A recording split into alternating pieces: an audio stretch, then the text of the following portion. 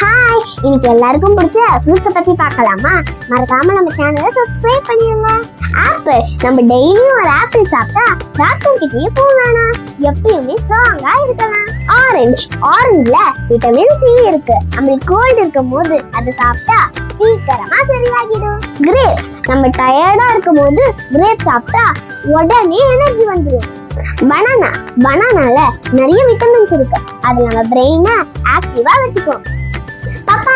பப்பாயால vitamin A இருக்கு, அது சாப்பிட்டா நம்ம கண்ணுக்கு ரொம்ப நல்லது, கண்ணாடியே போட வேணாம். மேங்கோ சாப்பிட்டா இம்யூனிட்டி நல்லா இருக்கும், கோல்ட் ஃபீவர்லாம் வராது.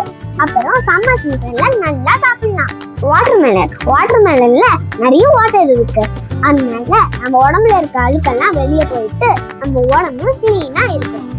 எல்லாரும் நிறைய ஃப்ரூட் சாப்பிடுங்க, அப்பதான் நம்ம உடம்பு ஹெல்த்தியாவும் ஸ்ட்ராங்காவும் இருக்கும்.